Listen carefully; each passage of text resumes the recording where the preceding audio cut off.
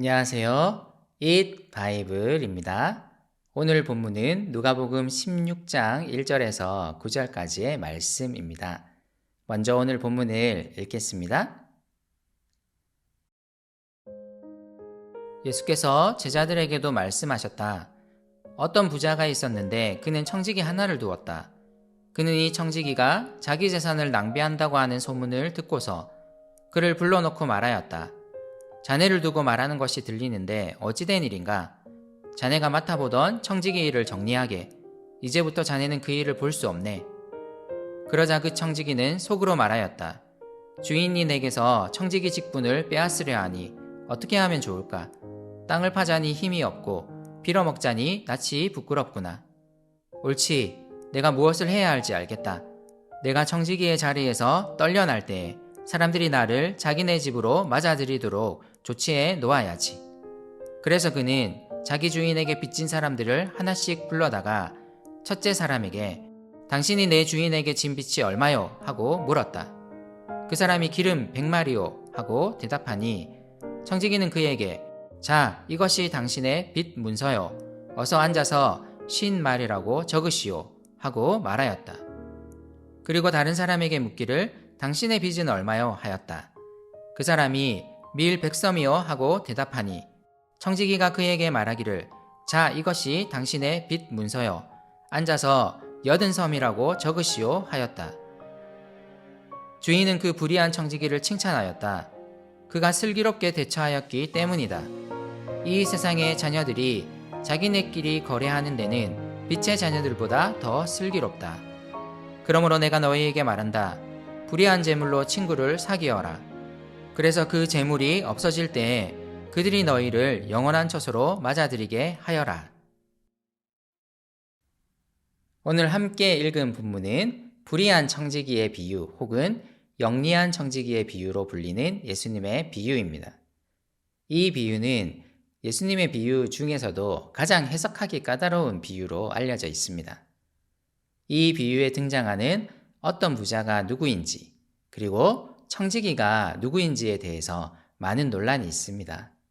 그리고 이 비유가 무엇을 이야기하는 것인지에 대해서도 많은 의견들이 있습니다. 어떤 부자가 있었습니다. 그는 많은 재산을 관리하기 위해 청지기 하나를 두었는데 이 청지기가 자기 재산을 낭비한다는 소문을 들었습니다. 그래서 주인은 청지기를 불러 해고 통보를 합니다. 더 이상 청지기로서 일할 수 없음을 통보하며 하던 일을 정리하라고 말합니다. 이 청지기는 이후 삶에 대한 걱정이 생겼습니다. 이제는 농사를 지을 힘도 없고 빌어먹기도 부끄러운 자신의 상황을 한탄합니다. 그러다가 한 가지 꾀를 냅니다. 자신이 청지기에서 해고되더라도 사람들이 그를 맞아들일 묘안을 생각해 냅니다. 그리고 이 묘안을 실행에 옮깁니다.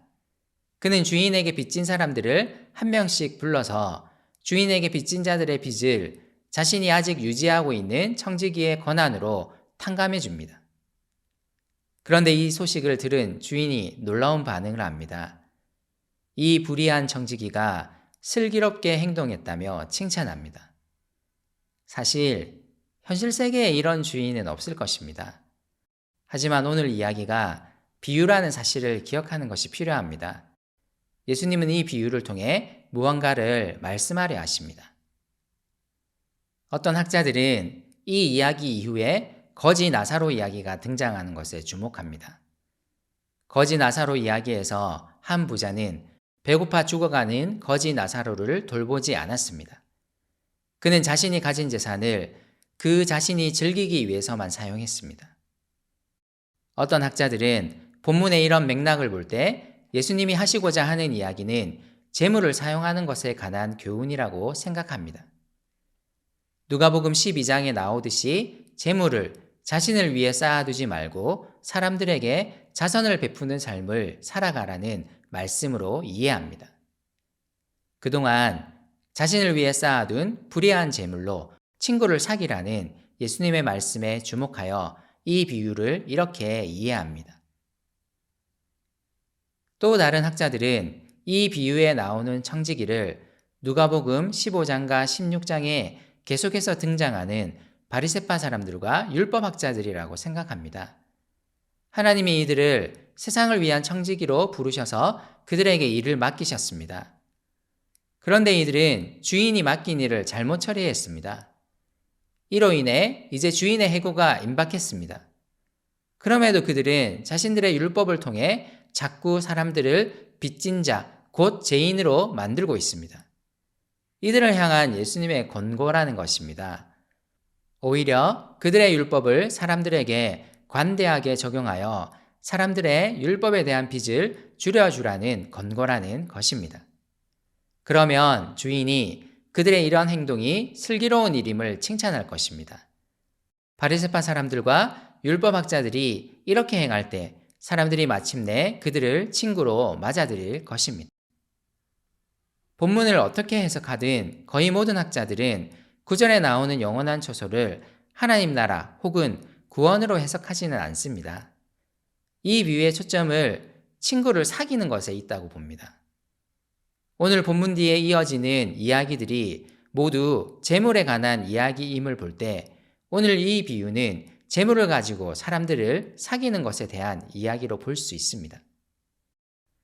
재물을 하나님의 자리에 두지 말고 그리고 자신을 위해서만 사용하거나 쌓지 말라는 것입니다.